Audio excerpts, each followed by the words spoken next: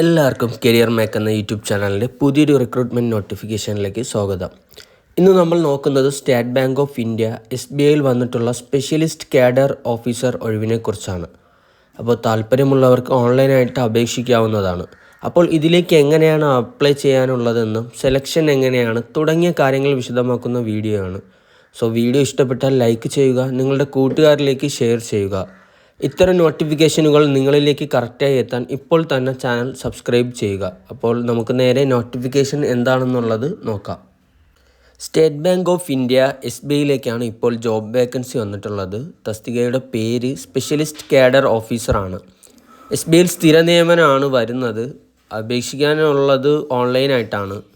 അവസാന തീയതി മാർച്ച് 26 അതുപോലെ തന്നെ അപേക്ഷകൻ ഫുള്ളി ക്വാളിഫൈഡ് ആയിരിക്കണം. അതുപോലെ നിങ്ങളുടെ resume, ID proof, age proof, qualification certificate, experience certificates എന്നിവ സ്കാൻ ചെയ്ത് അപ്ലോഡ് ചെയ്യേണ്ടതാണ്. ഷോർട്ട് ലിസ്റ്റ് ചെയ്യുന്ന കാൻഡിഡേറ്റ്സിന് ഇൻ്റർവ്യൂ ഉണ്ടായിരിക്കും. അതുപോലെ തന്നെ ഷോർട്ട് ലിസ്റ്റഡ് കാൻഡിഡേറ്റ്സിന് ഡോക്യുമെൻറ്റ് വെരിഫിക്കേഷനും പോകേണ്ടതാണ്. അതുപോലെ അപ്ലൈ ചെയ്യാനായിട്ടുള്ള വെബ്സൈറ്റ് ലിങ്ക് എന്ന് പറയുന്നത് bank.sbi.web/careers/current openings. ഈ ഒരു വെബ്സൈറ്റ് ത്രൂ ആണ് നമുക്ക് ഈ ഒരു പോസ്റ്റിലേക്ക് അപേക്ഷിക്കാൻ സാധിക്കുന്നത്. അതുപോലെ തന്നെ നിങ്ങൾക്ക് കോൾ ലെറ്റർ വരുന്നതും ഇമെയിൽ മുഖേനയാണ്. അതുപോലെ തന്നെ പോസ്റ്റിൻ്റെ ഡീറ്റെയിൽസ് നോക്കുകയാണെന്നുണ്ടെങ്കിൽ മാനേജർ റീറ്റെയിൽ പ്രോഡക്ട്സിലോട്ടാണ് ഇപ്പോൾ വിളിച്ചിട്ടുള്ളത്.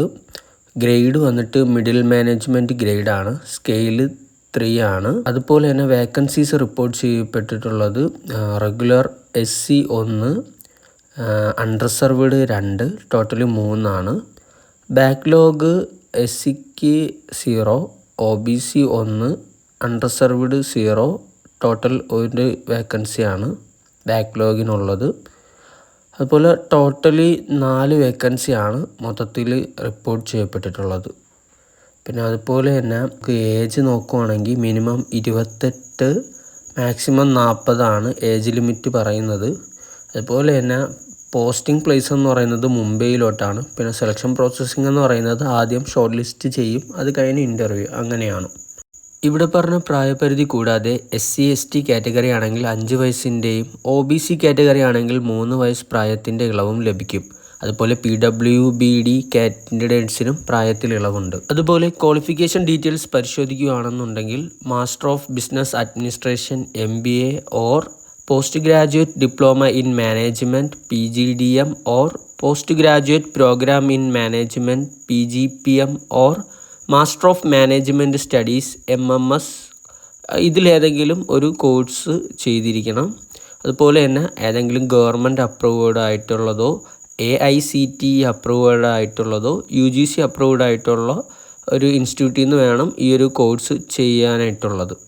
അതുപോലെ എക്സ്പീരിയൻസ് നോക്കുകയാണെന്നുണ്ടെങ്കിൽ minimum 5 years of post qualification work experience എക്സിക്യൂട്ടീവോ സൂപ്പർവൈസറിയിലോ അതുപോലെ തന്നെ ഏതെങ്കിലും ഒരു manager role in schedule commercial banks in retail ബാങ്കിങ്ങിലോ ഉണ്ടായിരിക്കേണ്ടതാണ്.